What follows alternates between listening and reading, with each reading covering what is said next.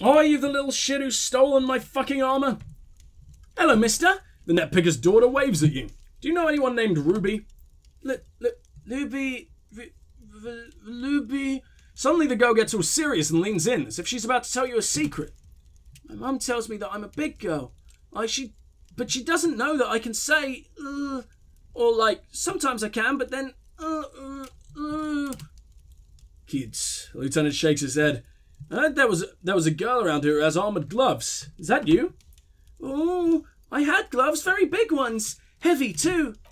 Where did you get those gloves? Found them when Lammy and I were playing hide and seek in an empty house where no one lives. I think someone hid them there.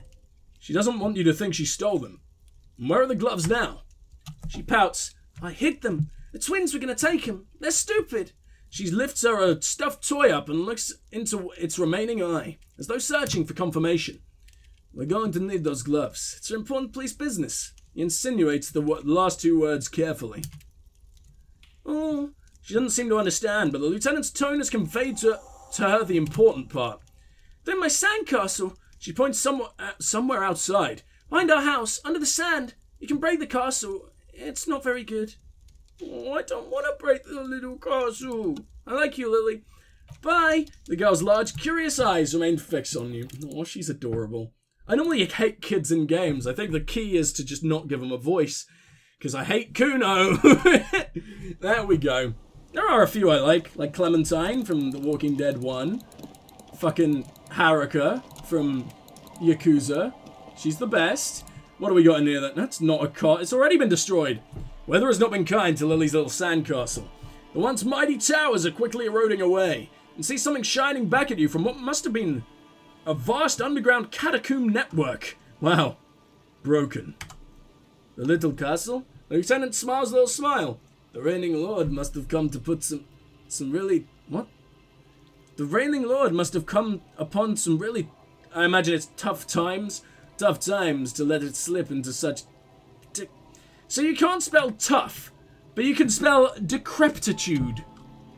Okay. Reach in the catacombs and pull out the shiny object. There we go, we got the gloves! The walls and floors give way to the giant's greed. Collapse and present you with a pair of ceramic gauntlets. Congratulations. That's the gauntlets down then. We're doing good on the armor collection front. I wonder if he knows that I took the boots. He probably knows that I took the boots. Where are they? +2 to interfacing. It's the only one. It's the only pair of gloves that +2 so far, and they look pretty badass. I'll take them. Clenching and unclenching your fist has never been so fun. Tiny ceramic plates make a lovely clicking sound when your fingers move. The gloves are a bit sandy, but the grip is phenomenal. As you fold your fingers into a fist, you realize you can knock anyone out with one punch. White ceramic gloves wrap around your digits comfortably. I will be responsible for this, with this. This is just to protect me from harm, not to show off. The hardened vitreous enamel, at once sleek and light, adds a glow to your cheeks and a spring to your step. Just imagine what a full suit of this stuff could do for you. One down, 2 pieces to go. Here I come. 2. You sure you're correct there? There was a helmet too. 3 pieces more like. You were ambitious. Hold on, didn't we hear about the helmet? Oh fuck, I swear we heard about the helmet like in last session and I completely forgot anything about it. 2. Yeah, okay, yeah, I want the full suit. Maybe a while before you have all the pieces. In the meantime, you should analyze the armor. Figure out its vulnerabilities. Remember, this is a highly specialized kinetic redistributor meant to stop bullets. Wear it, observe its properties, see if there's a weakness in the design. For the day you have to fight someone covered in the same material. Or can I, like, interact with it? No, only the shit-stained boots. Really hurts to punch this armor. A sword wouldn't leave even a scratch. A bullet would bounce right off, and still, there must be some flaw in it that would allow you to stand your ground against this dangerous enemy technology. You just have to figure out what it is. Possibly by beating yourself while wearing it. Shooting yourself? Let's see. It's called T500. Ah, Terminator. That's a thing. They made a reference. Cool. Well, I mean, we can't do anything about that now. I'm gonna see if... Do we have a,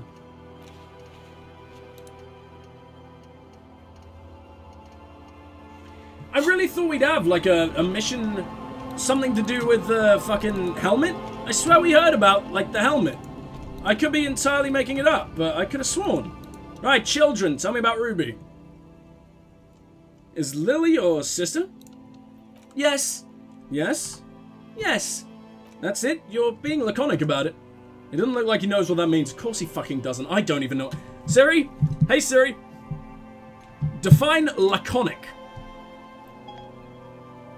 Laconic means of a person.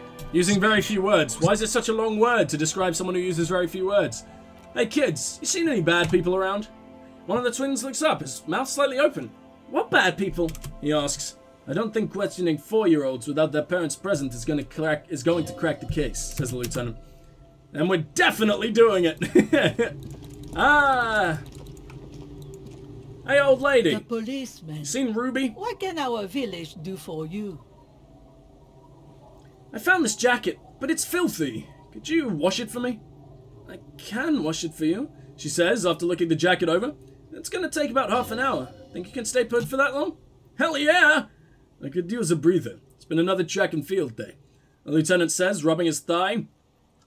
Is this a good idea? Fuck it. Yeah, I'll wait. Well, hand it over then, and I'll see what I can do. It's found! Okay. Must say I'm proud of this one. She nods, handing the jacket back to you. It's pretty nice underneath all that filth. I hope it'll have an easier life in your hands.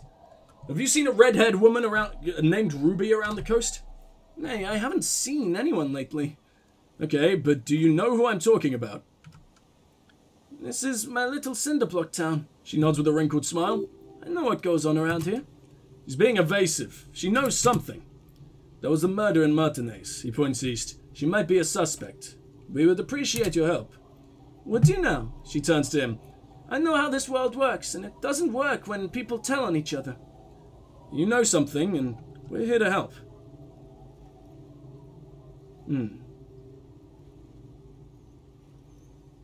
It's about like that when it's like when that man locked himself in the woodshed. We just need to help her come out. No, it's not like that man.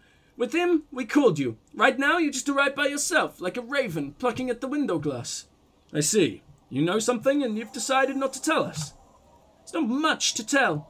People come and go. Now, is there something else? I see, ma'am. Lieutenant turns to you. I hope you don't mind if we look around anyway. Ruby was here. You know it. Ask her about lodgings. Actually, is that free room still available? Change your mind, did you? I thought you might. I'd find a better deal than free. Key to the shack on the old coast. Don't make an old woman regret giving the police a key to her house. She takes the key. I'm gonna go and find secrets in your home, bitch. 'Cause you lied to me. And no one lies to the law. The door has seen better days. The layer of paint has started to peel off due to the salt and wind from the sea. Even the lock looks slightly rusted.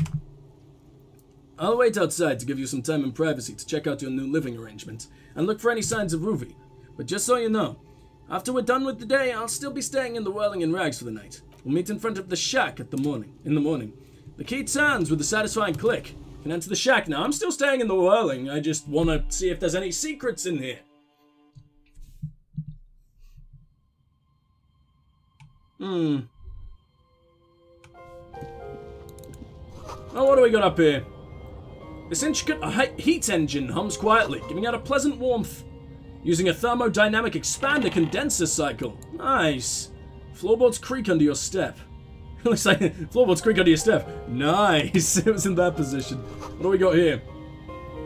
Old science fiction magazines. Books about bird watching. An almanac from '39. A brisk coastal wind still howls against the window of the shack. Occasionally the waves crawl in under the foundation, producing a low hum. Listen. The room feels muffled, like you pulled your hat over your ears. Outside it is cold and windy, but you're inside, and it feels safe and warm. What is this place to you? A possible resting spot for my fugitive, that's what it is. That actually is all it is. Waves crash onto the bench, drowning the reeds. Far to the south, the congregation gathers to a soup kitchen in a shelter for the homeless. An old woman gives out knitted scarves for free. Far to the southeast, 2 men and a woman dress themselves in ceramic armor. Oh. A shortwave radio hisses over on the windowsill. One makes a salute and the other downs a drink. Weapons under the bed. What the fuck's going on here? A middle-aged man stands in a rundown shack on the edge of a fishing village. Nothing nods. No one salutes him. No sight of the fugitive. Thank you, strange sensation, for a fair assessment of the current situation. Outside, the howl of the wind has picked up. The waves crash against the stilts again. As if you think the thought, in someone else's voice. Look under the floorboards. Can I really just tear this poor old lady's house up, though? On the table, you see a bowl of water, a rough soap, and next to it, a small hand mirror. A straight razor soaks inside the wash basin. Is shaving the right call? The water reflects back a vague image of your face. Nose bulbous and red, hair unkempt, wrinkles lining the eyes and forehead. The moustache is gigantic. Chances are I'll fuck it up, so no, it's currently not the right call. You see the waves, the sea, the church. What do we got here? You know what, fuck it, I am going to shave, just because I want to see what my portrait looks like, and I'll see if I prefer it. I've killed myself by accident. Ah, freaking last! I have so many attempts for something that's so high. Like an artist with a brush or a master swordsman, use the small mirror and the straight razor with some soap to remove all that unkempt hair from below the noseline. The sharp blade chafes against your skin, producing a scratching sound. Surface underneath, the beard feels tender. The air brushing against it, chilly. Feel your clean shaven cheeks. They feel so smooth, surprisingly so. A feeling of freshness overcomes you, as if you just came from a cold bath. Was shaving the right call? The water reflects back a vague image of your clean-shaven face. Despite the bulbous nose, and unkempt hair, and persistent swelling, you look a little younger, maybe. You almost look like a professional. The beardless nature of your cheeks makes the expression seem even more like a terrifying grimace.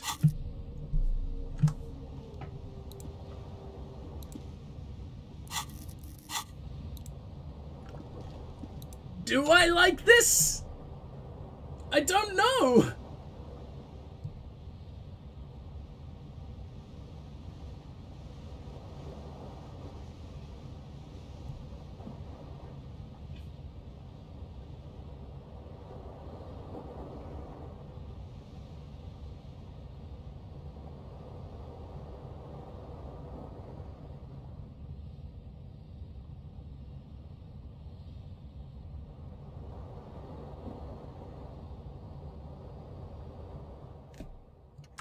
I hate it. I really think Hairy Harry is the way to go. It's iconic, man. You can't go without those beautiful, beautiful sideburns. Kim would never approve, right? It's our dynamic. He's the clean boy. An old mirror. Oh god, I can stop the expression from happening in here. It's likely there. Yeah, I'm not. The expression must stay. So must the sideburns. What do we got going on here? No, don't go to fucking sleep. Sorry, I forgot that this is a house. That's why I was trying to search everything. Hello! As you look the floorboards in this corner of the shack, that makes sense, it's clear one of them isn't quite level with the others. The edge of a floorboard next to it looks scratched. Move the board aside. The hollow space underneath the floorboards is dark and damp. You can barely make out the mixture of sand and sawdust below. What's in here? Nothing particular catches your eye. Looks like more reeds. There might be something hidden in the sand, though. Something bad. Someone's night thoughts. A last resort. A bad idea. Search through the sand and sawdust. You stick your hand and start combing through the sand. Dry, not like outside. Fine dust. And then something hard wrapped in paper. What is it? A small cylindrical object. You pull it out. A bullet. A 9mm bullet, to be exact. Fit for all muzzleloaders of that caliber. This bullet isn't for a breech loader like the murder weapon. The floorboard isn't interested. Maybe the washerwoman is. You have enough to confront her with. Holding the bullet, you get the feeling. This isn't ammunition against you. It's for herself. That's what I was thinking, judging from the tone of all of that bullshit. Does it just count as an item? Hell, I don't even think we're carrying it. What the fuck? Okay, I guess it's just naturally honest. It's a part of me now. I've engulfed it into my own being. I absorbed it directly into my mouth. It was delicious. Now let's go talk to the washerwoman. Do you think she knows about it? Kim, what were you doing in there? He got his own little doggy door. You're not like my pet. Come inside, buddy. It must be cold. The policeman. I hope the waves don't keep you up at night. What can I help you with? Your voice is so strange. Why was there a bullet under the floorboards of your shack? God damn that girl, she mutters softly. A bullet? Lieutenant turns to you and gives you a little nod. Then turns to the washerwoman. You didn't put it there, did you? She did. Gone and hid things in there. She shakes her head. She's usually a good tenant, not a stupid one either. You rented the room to her. The old woman sits in silence, her hands moving into the water bucket. Some water sloshes over the edge. Slowly she speaks, wringing out a rag. Yes, I let my room to that Ruby girl. As I've done before when she's been in trouble, or just been looking for some solitude. I've made it clear we welcome all kinds of people here. When was this? She came here last Friday, left on a Monday in a hurry. Her wrinkled hand needs a blue rag in the water. What has she gotten herself into, that girl? She seems genuinely worried about her previous tenant. She's seen her hiding out from trouble before, but this seems different. That's for the police to find out. The lieutenant takes out his familiar blue notebook. Right then, please answer each question to the best of your ability. I'm sure we have a few. You said she left the room on Monday. Yes, early, with the dogs. Around 8 o'clock, I think. She probably heard the lieutenant's Kanema drive by and it woke her up, just like it did you. Kim, she must have heard your Kanema. Yes, that is the downside of having a 130 kilowatt engine. Oh, it's an electric car, that's cool. His voice is... I probably knew that from a while ago, but I forgot. His voice is tinged with pride. Lets the bad guys know when you're coming. Is the room exactly as she left it? I cleaned it, like I always do. Was there anything else in there? No. The truth, sire. What is she like, Ruby? She's good company. Knows how to talk to an old woman. She rubs her cold hands together. At my age, you don't get a lot of quality conversation, so I really appreciate that about her. This Ruby is an old lady whisperer. She knows how to work with the village elder, unlike you. Did she say much to you during her last stay? No, she was mostly silent this time. Kept to herself. What do you mean? She tried not to let it show, but I could tell she hadn't come to fish. Usually she likes to cast a few lines, but this time she mostly stayed in her room. She wanted to talk to her, as they usually do, but she was brooding. Why do you think she left the bullet there? How would I know? She's a gruff one, but... excuse me. Not violent. She doesn't go around toting a gun. She looks back toward her shack, thinking. You could ask her about your hunch, that it was a desperate measure, see if she thinks Ruby fits the bill. I have a possible explanation in my mind. Aye? Do tell. A seagull flies overhead. Obviously a bad omen. It's an exit plan. Exit from what? This. The lieutenant stops writing for a moment. He looks at you. Then the old woman. She tilts her head to the side, looking up at you, deep in thought. And she makes up her mind. No. She is a fighter. She really believes that. Did she have any technical equipment with her? Like radio stuff? Not that I know of, though she was into nice music. She once showed me a few mixtapes Mileos she had made. She brushes her forehead with the back of her hand. Water drips to the ground. Although I guess she was pretty handy with the mechanical and technical stuff. Even fixed the heater in the shack. You should be thankful for that. Where did she go? I don't know.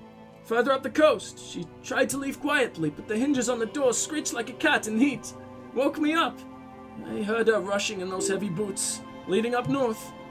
It's a peninsula. She might be trapped. After a moment of silence, she says, We'll never find her, you know. Her tone is without malice. She knows the coast like the back of her hand. You only just arrived. I wouldn't worry about that, ma'am. We're persistent. Further up the coast we go, then. Are you sure you wouldn't rather stay here? Get a nice cozy fire going in the heater? She drops a rag into the bucket. It's clean now. Oh, it's clean now. Seems like a better idea to me. The Feld Electric Mural. You feel like you should go look at it again. Step closer this time. Okay. Where's that? See you later, old bitch. Oh, fuck. One thing, officer. If you do find her, please go easy on her. She looks around. The air is getting colder. She really means it. It's an honest plea. She's a good girl. Whatever she's gotten herself mixed up in. The Feld Mural. It's on the side of a big fucking building, I know that. Is it this one? No. Why, hello, drunkards. You're still drunkards. Good to see. Glad you're really, repping the team. And what was that? A drop in temperature. An easy flow of air. An empty street. Before you, a thoroughfare, unjammed with lorries. No more drivers smoking on hitch steps. Just silence. What did the smoke smell like? Chemically sweetened. Across the road, a forgotten bus stop. Corrosion has opened a hole in its roof. An elm tree watches over the building. Its branches are dripping with rain and snow. This road is smooth and motley. Craters filled with a black asphalt. The asphalt first laid is grey already. A row of tenements are under construction in the distance. Who are the people who live across the road? Hey Siri! Make a note. Feld Mural.